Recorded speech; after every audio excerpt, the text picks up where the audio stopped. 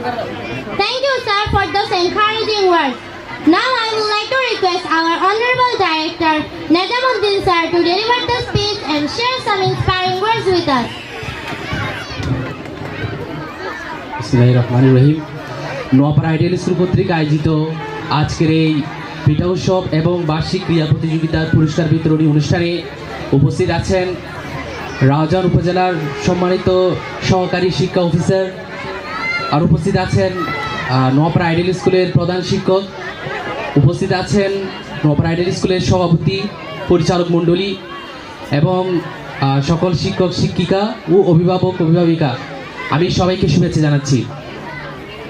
পিঠাপুলি উৎসব আসলে এটা হচ্ছে একটা বাঙালির সংস্কৃতির একটা অংশ। আগেকার দিনে যে পিঠাগুলো আমরা খেতাম বর্তমানকালে ওগুলো তেমন একটা দেখা যায় না। ছোটোবেলায় অনেক ধরনের পিঠা দেখতাম। আজকে তোমাদের এখানে এসে আমি যে বাহারি রঙের পিঠা দেখতেছি এখানে, আমার আসলে খুবই ভালো লাগছে। নামের যে বৈচিত্র্য, তোমাদের প্রত্যেকটা স্টলের যে নাম রয়েছে, নামের মধ্যে বিভিন্ন ধরনের বৈচিত্র্য আমি লক্ষ্য করতে পারতেছি। আসলে পিঠা উৎসবের মূল উদ্দেশ্যটা কি?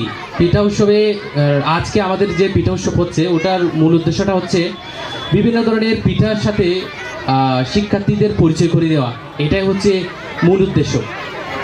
আর পাশাপাশি যে এখানে ছাত্রছাত্রীরা বিভিন্ন ফেস্টিভ্যালে অংশগ্রহণ করতেছে, এটার মাধ্যমে তাদের যে মেধা, তাদের সৃজনশীলতাটা প্রকাশ পাচ্ছে।